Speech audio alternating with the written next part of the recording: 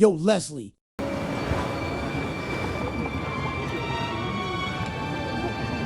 Yes, my child?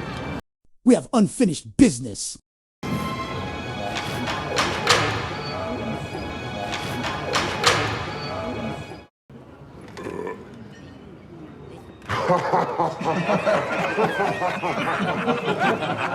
I don't make too many videos about Hollywood types and their delusions, but an interview with Leslye Headland, Harvey Weinstein's former personal assistant, and she of the Acolyte fame, i.e., the person who hammered the final nail in Star Wars' coffin with the worst show in the franchise, was recently published on The Wrap, where she casually labels some fans fascists and racists, claims that the Acolyte failed not because of its intense focus on DEI or a complete misunderstanding of Star Wars as a brand, but because the show was blazing a new trail without reference to the visual identity from the original trilogy, that the audience it was designed for simply wasn't given enough time to discover it, and that she has absolutely no regrets. And well, I can't keep quiet on this one.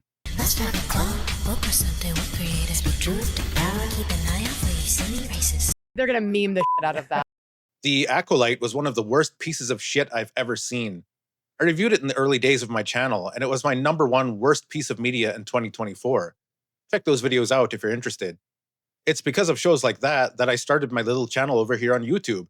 It's the way that almost every sci-fi and fantasy franchise has been driven into the ground over the last decade, bought by major studios for tons of cash, only for the studios to turn around and shit out product that's nothing like the source material they paid so much for, in the most smooth-brained business model possible, that prompted me to add my voice to the chorus of others who've been calling this crap out for so long.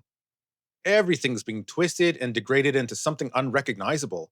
Star Trek, Star Wars, Ghostbusters, Doctor Who, Terminator, Lord of the Rings, Willow, Wheel of Time, Indiana Jones, The Witcher, the MCU and its cavalcade of crap post-Endgame. Even Aliens and Predator have stumbled recently. I know a lot of people like Predator Badlands, but for me it reeked of mass appeal Disney product.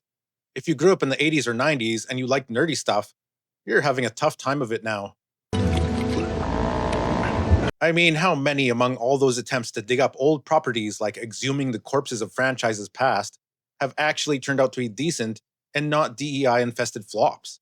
How many actually stayed true to the themes and flavor of the original and maintained or improved upon them while creating new stories that felt like they belonged to the universe they came from? Cobra Kai? Wednesday? I'll give it to Andor as well. It's the best thing to come out of Disney Star Wars for sure. There might be more, but I can't think of them off the top of my head. And although Disney seems to have admitted it alienated the male audience too much, this trend is still grinding on. Look at the controversy around the upcoming Harry Potter TV show and the glaring warning signs about the new Masters of the Universe movie, among others. Because a He-Man movie set in the Barbie mold is just what we need, right? I don't know why studios insist on changing everything in famous franchises they paid millions or billions for the worst. But reading this interview, you get a sense as to why Leslye Headland took a steaming dump all over Star Wars the way she did. And it probably won't surprise you to learn that she's just as clueless now as she was when she unleashed that abomination onto an unsuspecting populace. Should be considered war crime or something. How much of that Star Wars fan fiction that she used to write do you think ended up in the show? All of it, for sure. This article's behind a paywall now, but it was publicly accessible yesterday, and copy and paste is a thing. Obviously, I'm not going to read through the entire article, but I can't show you from my screen either since it's walled off, so we'll have to proceed like this. The interviewer asks, When you first launched Shoot to Midnight, what was the ultimate goal in your head? Why did you start your own production company? I added that "you" there, by the way. Shows you the editing standards this rag has. Anyway, Headland says, her initial instinct was unacknowledged or underrepresented voices in dark comedy. Yes, DEI.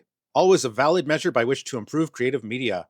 Yeah, I feel like we are part of a wave of more inclusive and more beautifully represented Star Wars shows. Let's not hire the most capable or creative people, or even anyone with a glimmer of knowledge about the franchise we're basing our show on. Let's find people who may never have had an interest or the skill to engage in this job, and force them into positions they probably have little to no experience in. Fantastic idea. She then goes on to talk about seeking out female writers, specifically television writers who want to get in and break into the industry, and that she wanted to foster new talent, specifically young women who didn't have the tried and true go to market. I mean, there it is. If they didn't have the tried and true, then maybe you should have found those that did. What an idiot! Oh, what a loser! And then she points out that that's the type of project that people are more wary about than they were in the 2018 to 2019 era. And for good reason, wouldn't you say? Why is it that studios may be more wary about that now? Leslye? Could it be they're tired of losing millions upon millions on failed projects that did nothing but create a very healthy counterculture in response to the modern mythologies being destroyed? I don't know. It seems to me that at some point the whole goal of an entertainment company should actually be to make some money. What a novel idea. Like Cobra Kai and Wednesday have demonstrated, if you give the fans something that resembles the franchise they know and make it fun and entertaining with a minimal amount of preaching and social messaging, you might actually turn out a decent product.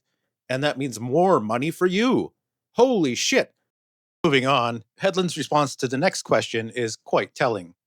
So how do you forge ahead with Shoot to Midnight, especially at a time when studios frankly are pulling back on female-led and diverse projects? She remembers panicking in 2024 that the show was coming out during an election year, which contributed to the move away from DEI hires. Man, she's not even trying to hide it. And that is a queer woman with her other hires being women. It just means that's her community. She's queer, so she sees the world through that specific lens, which means just doing different things. This is just... I mean, why do you think there's a disconnect between what you made and the fandom at large? You have such a narrow focus and live in such a tight little bubble. It's like you willingly refuse to even poke your head over the fence. I am queer, so I just see the world through my specific lens. Leslye, how do you feel? Am I gay? You are gay. Yes. Well, no, I know you are gay, but I'm asking, are you excited about putting this, this is going to be a talking point? Is it going to be a talking point? I'm sure so. Because nerds are gay. I hate this identity politics bullshit so much. It's so tiresome. You're a human being. I'm a person, and my name is Anakin. And as a human, you presumably have the ability to empathize with people who are not in your community. I can certainly imagine what it would be like to be in different circumstances and settings. How the hell do you watch movies or read books and comics and get any enjoyment out of them if you don't have the capacity to see something through a different lens? Like, what do you think writers have been doing for hundreds of years?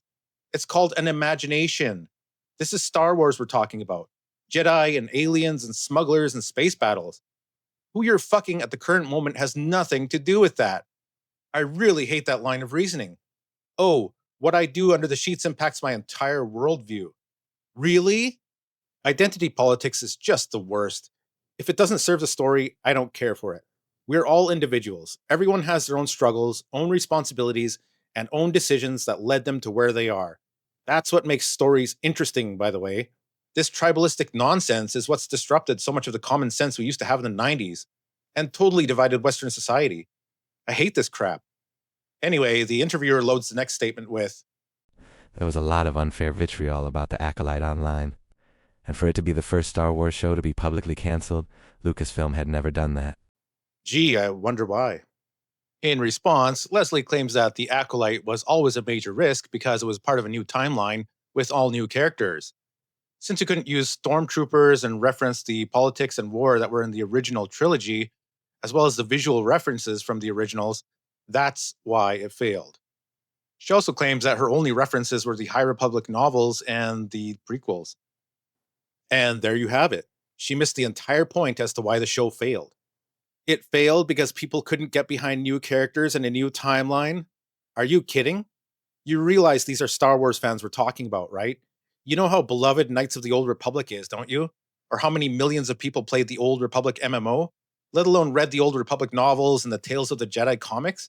I am pretty sure there's a big demand for that material, just not how you chose to portray it. Not to mention, the High Republic has done no favors for the fandom since its inception. Remember this genius character idea? And navigated by Geo, who appears to be a rock. What the hell is even that? So that was pretty piss poor material to base anything off of. No, the answer is that your show sucked. Lesbian space witches paired with shitty acting, immature melodrama, and a pathetically uncreative storyline are probably the culprits there. The thing was unwatchable. The power of one. The power of two. The power of many. She goes on to say, rather boldly, that she has no regrets and she's absolutely obsessed with Star Wars. Right, we all believe that. Then she starts talking about YouTube content creators and how there are some of them that she respects. There are some of them that she thinks are absolutely snake oil salesmen, opportunists. And then, of course, there are the fascists and racists, which no radical progressive nutcase would ever forget to mention. What is this, Nazi Germany? Hey! How many times have I told you kids not to bring up Nazi Germany when you don't get something you want? You're a fascist! Get out! You're a fascist, and this whole school stinks of Nazis! Oh yeah, so many fascists trying their hardest to take down a franchise about space wizards and laser swords. Oh man, I can just feel the hate. No, people didn't dislike your show because there was a black lead. Black leads have been a thing for an awful long time. Just because you haven't been exposed to those shows or movies, that speaks more loudly about your ignorance than anything else. People hated it because it was total crap. Can't believe my sister's Jedi scum. Besides being an obvious attempt to push DEI, female empowerment, and identity politics, rather than focusing on telling a good Star Wars story. Everyone could smell the fakery and pandering from a mile away. And when the emphasis is on those issues rather than writing the best story possible, we usually end up with the slop we've been getting since 2016.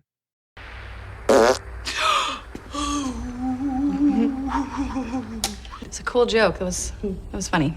It's disgusting. Is it more or less disgusting if I tell you it came from the front? Oh! Let's be real. There was an obvious and concerted effort to push far-left messaging that exploded when Trump got in the first time, in some attempt to stick it to the man or something.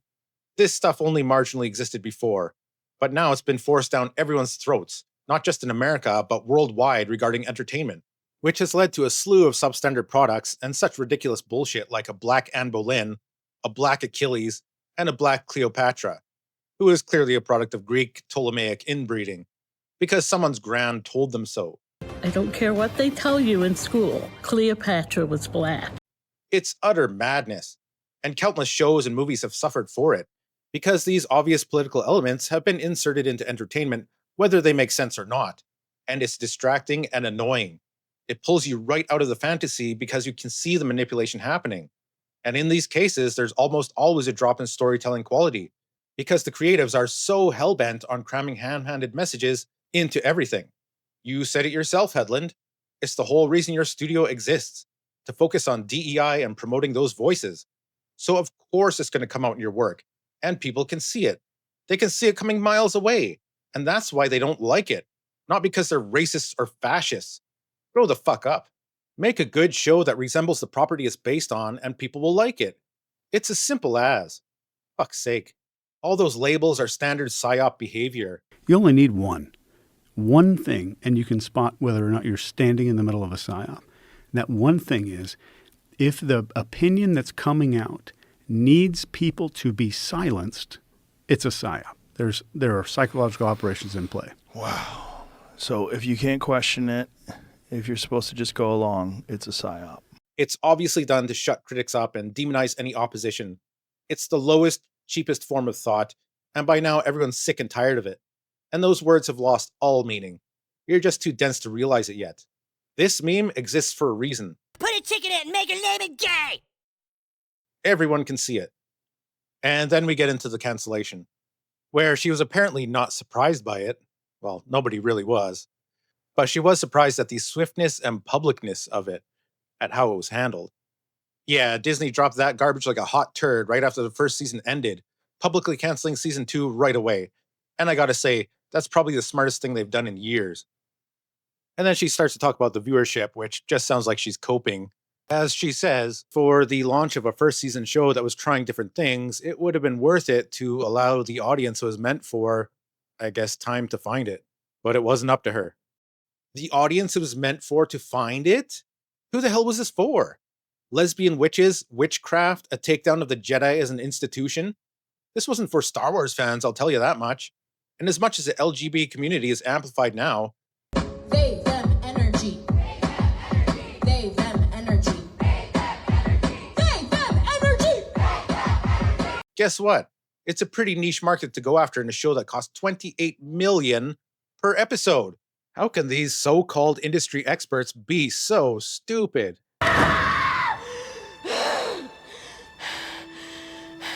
And the article ends with the interviewer asking her basically what she's doing next. And she gives some bullshit about starting to reach out to different types of financiers and platforms and just getting a sense of what things look like. Right, she's had nothing since the Acolyte.